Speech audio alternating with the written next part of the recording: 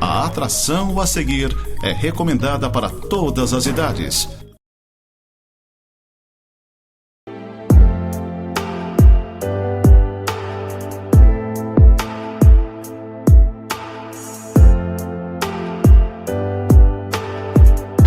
Olá, gente querida, gente amada, que a graça do Senhor Jesus esteja com você em meio à sua casa, em meio à sua família. Eu vou estar abordando a partir desse momento uma temática um pouquinho diferenciada daquilo que eu tenho falado ultimamente, para que a gente possa conversar mais de perto. Eu vou te remeter ao livro de Gênesis, capítulo 14, do verso 18 até o verso 24. Gênesis, capítulo 14, 18 até o 24, eu leio o seguinte: Melquisedeque, rei de Salém, trouxe pão e vinho, era sacerdote do Deus Altíssimo. Abençoou ele Abraão e disse: Bendito seja Abraão pelo Deus Altíssimo que possui os céus e a terra, e bendito o Deus Altíssimo que entregou os teus adversários nas tuas mãos. E de tudo lhe deu Abraão o dízimo. Então disse o rei de Sodoma a Abraão: Dá-me as pessoas e os bens ficarão contigo. Mas Abraão lhe respondeu: Levanto minha mão ao Senhor, o Deus Altíssimo, o que possui os céus e a terra, e juro que nada tomarei de tudo o que te pertence, nem um fio, nem uma correia de sandália, para que não digas: eu enriqueci a Abraão. Nada quero para mim, senão o que os rapazes comeram, e a parte que toca aos homens Aner, Escol e Manré, que foram comigo, estes que tomem o seu quinhão.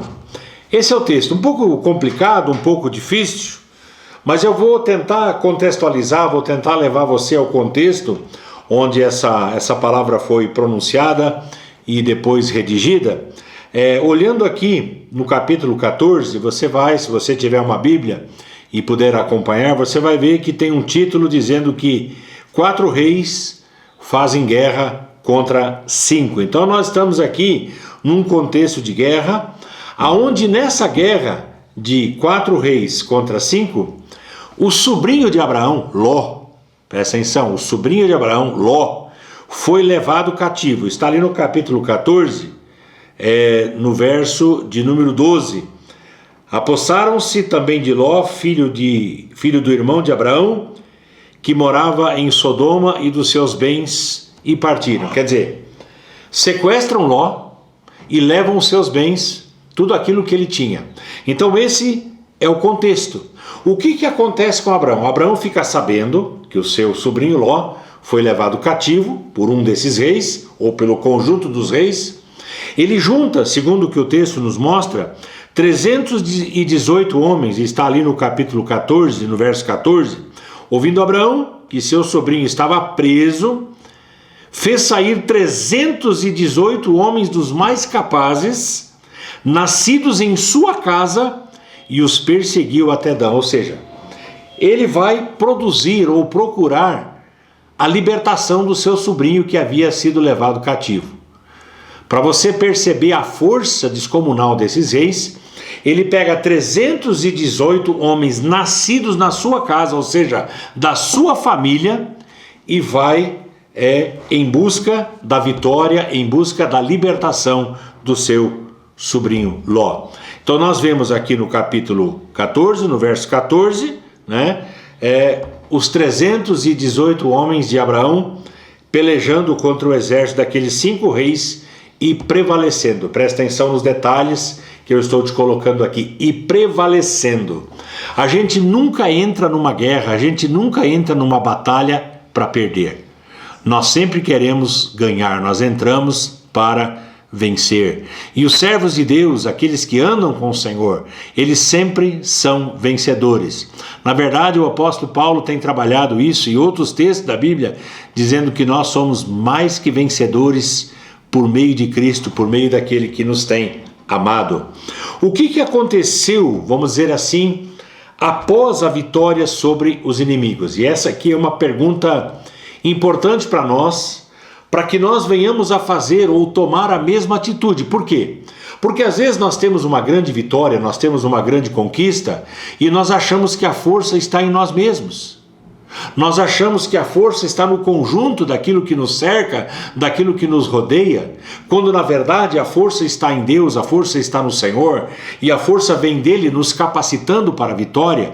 Então o que nós temos que fazer? Nós temos que aprender a tributar a honra e a glória devida ao Senhor. Eu pergunto para você, pelo que você tem feito festa, pelo que você tem celebrado? E se você tem celebrado, você tem direcionado a tua celebração para o lugar certo? O Senhor tem sido considerado digno de receber a honra e a glória pelas tuas conquistas? Ou você acha que é na força do teu braço, nas tuas conquistas? A minha força, ela vem do Senhor. Tudo aquilo que eu conquisto vem a partir daquilo que o Pai amado tem feito e tem realizado. Então o que acontece? Nesse contexto de vitória, nós inesperadamente percebemos a entrada de Melquisedeque, que aqui é intitulado como rei de Salém. E esse Melquisedeque, que aqui é um personagem, aqui é uma pessoa, de acordo com a linguagem tipológica da Bíblia, isso aqui é um assunto bem complicado e eu não quero entrar nesse assunto nesse momento, mas você precisa entender que algumas figuras veterotestamentárias são tipo de alguma coisa que apontaria para aquilo que o Novo Testamento interpreta. Então Melquisedeque, ele se torna um tipo de Cristo, ou seja, representativo de Cristo, e diz que ele era sacerdote do Deus Altíssimo. O que ele faz? Ele vem para abençoar Abraão. Olha bem, Abraão está numa batalha, Abraão está numa luta, ele está promovendo a libertação de um parente seu, de um familiar seu, ele está interferindo decisivamente na história de alguém que para ele era importante. Isso aqui para mim é importante, saber por quem nós temos lutado, por quem nós temos batalhado, por quem nós temos investido as nossas forças, os nossos talentos. Então o que acontece? Ele vem e abençoa Abraão, em nome do Deus Altíssimo. E aqui eu quero chamar a sua atenção. A palavra Deus Altíssimo no texto hebraico é El Elyon. Para quem conhece um pouquinho hebraico, vai perceber que tem várias aparições do Senhor trazendo partes do seu nome ou parte da sua personalidade ou pela qual ele gostaria de ser conhecido. Por exemplo, lá quando ele aparece a Moisés dizendo que vai libertar a nação de Israel, ele se apresenta como sendo aquele que é Yahvé. Algumas pessoas transliteram errado falando Jeová. Se tem uma coisa que fere o nosso ouvido é a leitura mal feita do texto hebraico. Não existe Jeová. Jeová é uma heresia, é Yahvé. O nome do Senhor é Yahvé. Yahvé, aquele que existe por si só, aquele que não é criado ou não foi criado, aquele que existe por ele mesmo. Eu lembro dos meus meninos quando eles eram pequenos e eles chegavam e diziam assim: ô pai, quem criou o Deus? Eles botavam o artigo definido, quem criou o Deus? E aí eu tentava explicar para eles dizendo: olha, o Deus não foi criado, o Deus existe. Aí, como assim existe, pai? Ele existe por si mesmo. Não tem como você dimensionar a grandeza, o poder de Deus. Ele existe. Ele existe, é o que eu tenho para dizer para você. Ele existe. E dessa maneira ele se apresentou. Então ele se apresentou dessa maneira. Se apresentou, deixa eu ver se me lembro, El Roi. Ele se apresentou como Yahvé Rafá, aquele que cura, aquele que restaura, Yahvé Shammah, que é aquele Deus presente, aquele que conosco está em meio aos embates da nossa vida. Enfim, são vários nomes que me vêm na memória, e aqui ele se apresenta como El Elyon, ou seja, o Deus diante de quem não existe ninguém. Isso é interessante. O El Elyon, o Altíssimo, aquele que não tem ninguém acima dele. Ele existe e não há ninguém assentado no trono. Eu tenho escrito sobre o livro de Apocalipse, e eu estou chegando agora no 20º volume, quero ver se eu paro por aí. E nós vemos que o livro de Apocalipse, ele trabalha sobre a grandeza, sobre a soberania de Deus. Nós percebemos que aquele que tentou se elevar acima do Senhor, ou estar acima dele, foi banido, foi lançado, que é Lúcifer, foi lançado à terra, banido para sempre, condenado para sempre. Então o livro de Apocalipse trabalha o trono de Deus, ninguém acima dele, o trono do Senhor, e todos os seres viventes, os 24 anciãos, os anjos, os serafins, os querubins, todos eles ao redor do trono, cada um na sua função, cantando, adorando, tocando, servindo, sendo emissários, se desincumbindo de uma palavra que deveria ser revelada aos homens, enfim. Os anjos são seres ministradores a nosso favor, estão sujeitos e submissos ao Senhor. Mas não é sobre isso que eu quero falar. Eu quero que você se atenha ao fato de que o nosso Deus é o Deus Todo-Poderoso e não há ninguém acima dele. Ele tem tudo sob o seu controle.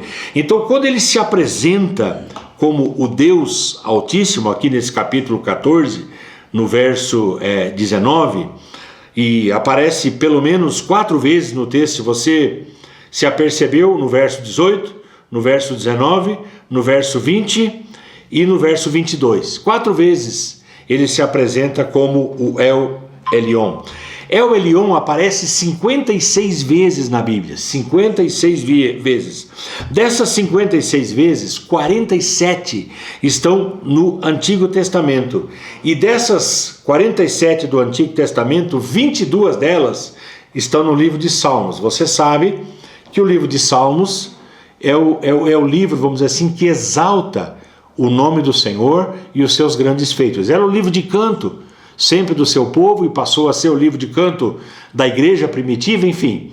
É o livro que exalta o nome do Senhor, o Deus Altíssimo. Dessas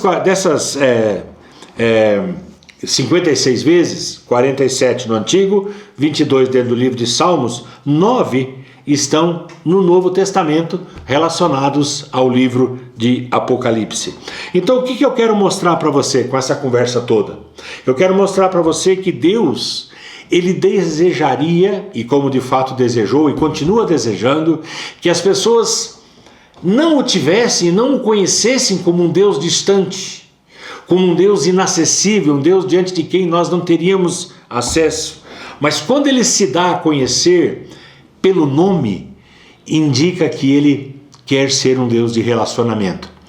Nós podemos conhecer pessoas de ver, de andar, de ouvir falar, mas quando você chega para a pessoa e pergunta como é que é o seu nome, e a pessoa diz, não, meu nome é Paulo, meu nome é Marcos, meu nome é Alair Cel, meu nome é tal, você dá a conhecer parte de você e dá à pessoa a liberdade de ter um relacionamento com você. Então, quando Deus ele dava a conhecer o seu nome, é como se ele dissesse, olha, eu estou disponível, eu quero que você me conheça como o Deus Altíssimo. Então ele estava dizendo, não tem ninguém acima de mim, eu sou o soberano. E o que acontece? Vamos lá para o capítulo que nós estamos falando, Gênesis capítulo 14, verso 18. Melquisedeque, rei de Salém, trouxe pão e vinho para celebrar diante do Deus Altíssimo. Pão e vinho. Eles celebram com pão e vinho. E isso aponta, como eu disse, tipo de Cristo, para aquilo que o Senhor Jesus ele faria com os seus discípulos. Antes da sua partida, o Senhor Jesus ele reúne os seus, ele toma então um cálice, ele toma pão e pega aquele pão e ele rasga aquele pão de uma maneira diferenciada, e ele pega aquele pão rasgando, dizendo, isto é o meu corpo que é dado por vós. Estava apontando para aquilo que aconteceria na cruz, aonde ele seria rasgado em favor da humanidade. E depois ele toma um cálice, e ele pega daquele fruto da videira, diz a palavra do Senhor, e ele dá para que os seus discípulos bebam, dizendo, bebei dele todos. Isto é o meu sangue, o sangue da nova aliança derramado em favor de vós para a remissão dos vossos pecados. Fazei isto em minha memória todas as vezes que dele beberdes. Então, naquele momento, o Senhor Jesus estaria apontando para o seu sacrifício vicário. O que é um sacrifício vicário, pastor? É um sacrifício em lugar de. É quando alguém assume o lugar que deveria ser nosso. Então ele vai em lugar dos seus discípulos. Olha, eu vou morrer por vocês. O meu corpo ele vai ser moído, ele vai ser mastigado, ele vai ser triturado e o meu sangue vai ser derramado. Então o que eu quero que vocês façam? Eu quero que vocês celebrem. Depois da minha partida, eu quero que vocês celebrem a minha presença. Vocês façam uma refeição memorial, ou seja, em memória de mim. E os discípulos e a igreja faz isso até hoje, celebrando a ceia do Senhor em memória do seu sacrifício. Nós, como Casa do Pai, Igreja do Nazareno em Lages, celebramos a ceia todo o primeiro domingo de cada mês. Nós separamos o primeiro domingo, que é o dia do Senhor, e nós o separamos para celebrar a ceia conjuntamente. E nós temos algumas particularidades, algumas coisas diferentes que para algumas igrejas podem soar como uma aberração. Nós somos uma igreja inclusiva, nós não excluímos ninguém. Tem algumas igrejas que celebram a ceia como se ela fosse um gueto, como se ela fosse algo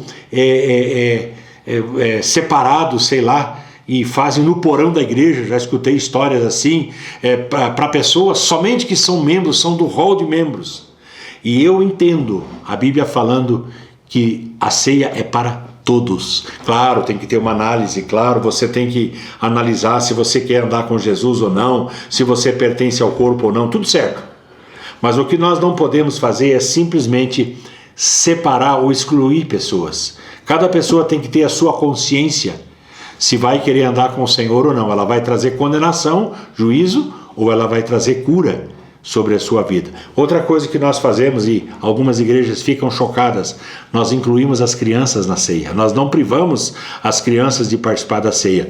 Quando um pai e uma mãe são crentes e ensinaram os seus filhos desde pequenos na escola dominical a amarem Jesus, a estarem no culto, a ofertarem, enfim, não há problema de você repartir o corpo e o sangue de Cristo, porque elas estão dentro de um ambiente de santidade. Então o que nós fazemos?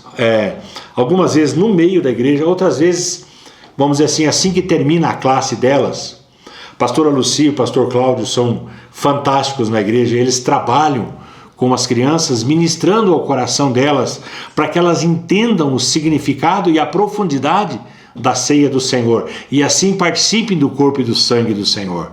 Vai chegar o dia, não vai demorar, e a Bíblia diz isso, que nós vamos beber novo com o Senhor Jesus na eternidade. Essa é a nossa fé, é a nossa esperança. Muito bem, feito o discurso, voltamos lá para o nosso texto.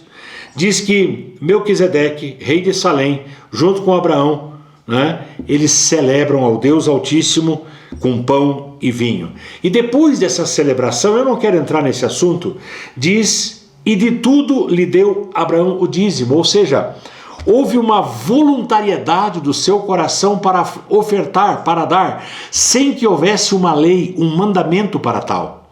Não havia uma lei regulamentando a questão do dízimo. Não havia. Não havia nenhuma lei. Mas voluntariamente Abraão sentiu a necessidade de consagrar o seu dízimo, a sua oferta ao Senhor. E esse é um princípio que eu tenho trabalhado na igreja. Eu não prego, eu não falo de dízimo com descrente.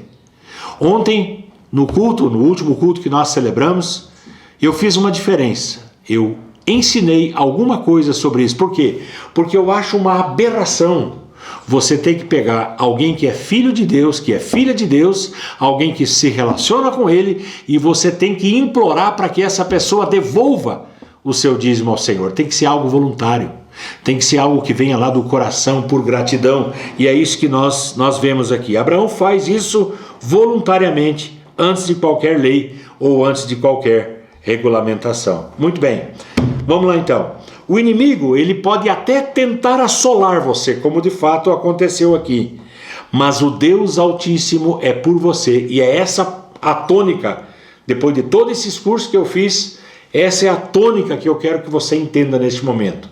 Você pode ter inimigos tentando você, assolando você, perseguindo você, mas o Deus Altíssimo é por você. O Deus que nós servimos é o Deus abençoador. O Deus que nós servimos é o Deus que nos faz vencer, ou que faz você vencer. Não pense que você tem força por você mesmo. A nossa força, a Bíblia diz, vem do Senhor que fez os céus e a terra. Se nós existimos e subsistimos, porque Deus é aquele que nos fortalece, é aquele que nos ajuda. Deus, Ele está acima dos nossos problemas. Presta atenção no que eu estou dizendo. Quais são os seus problemas hoje? O que tem tirado o seu sono, a sua tranquilidade? O que tem feito você rolar de um lado para o outro? No seu quarto, na sua cama? Eu quero que você entenda que o nosso Deus, Ele está acima de todo e qualquer problema e acima de todo e qualquer inimigo, e Ele não vai permitir que você vacile ou que você sucumba. Ele agiu assim na vida de Ló, mesmo que por interferência de Abraão, trazendo livramento, mas foi a forma que Deus encontrou de agir sobrenaturalmente e soberanamente sobre aquele moço, sobre aquele homem, trazendo libertação para sua casa e devolvendo todos os bens que o inimigo havia tirado, o inimigo havia tocado. A partir do Salmo 121, e isso eu quero que você tenha como tarefa, como tema, dá uma sentadinha depois, medita no Salmo 121, verso 1, verso 2, aonde o salmista diz: eleva os meus olhos para os montes, de onde me virá o socorro? O meu socorro vem do Senhor que fez os céus e a terra. Então o nosso socorro não vem dos montes, não vem dos homens, não vem das pessoas, não vem do governo. O nosso socorro continua vindo do Senhor. Coloca essa palavra no seu coração. Vamos lá então, vamos orar. Paizinho, em nome de Jesus, muito obrigado por esse tempo juntos. Obrigado pela liberdade de compartilhar a Tua palavra. Eu peço, Deus, que de alguma maneira sobrenatural o Senhor esteja interferindo decisivamente na história dessa pessoa que assiste essa programação. Meu Deus, em nome de Jesus, traz livramento, traz a provisão da Tua presença, que nos basta, que nos é suficiente para garantir a vitória sobre todo suposto poder do inimigo. Nós queremos continuar confiando em Ti, dando a Ti toda a honra e toda a glória. Oramos sempre em nome do Senhor Jesus. Amém e amém. Gente amada, gente querida, fique debaixo da graça do Senhor. Deus abençoe você e sua casa.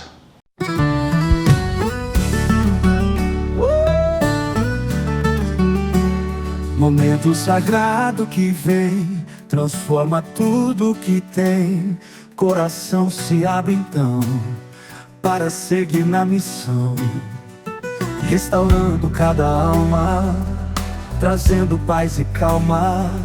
Vida nova renasceu, fé no amor que cresceu. Ó Jesus, nosso guia, amor e fé todo dia.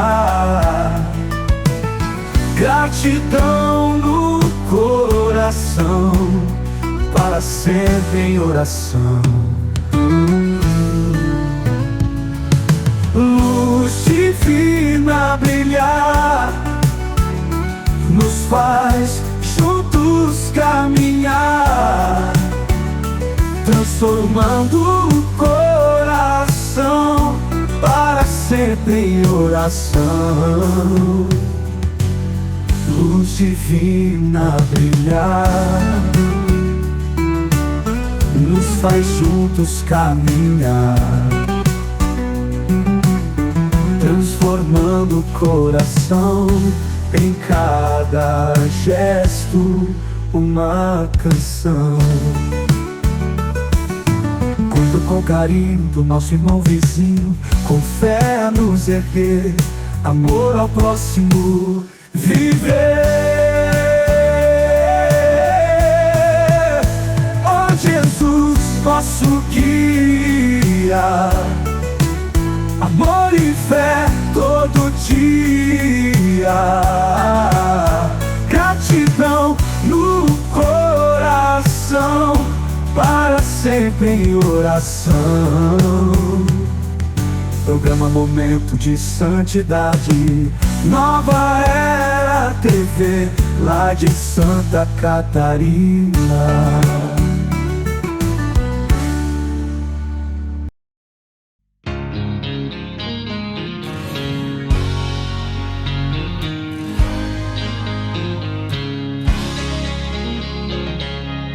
Eu sirvo um Deus que que faz milagres todo dia. Ele é o Deus que faz sinais e maravilhas. Só Ele é Deus sobre a terra e o céu. Ele é grande, Ele é bom e fiel. Ele me deu todo o amor do céu, tão divino. Seu Filho Jesus, que naquela cruz mudou meu destino. Quando eu pensei estar só, não estava, porque o meu Deus me acompanhava. Ele é o que eu preciso todos os dias. Ele é a verdade, estou seguro, pois Ele não muda, não tem variação. Esse é o Deus que eu tenho comigo no meu coração.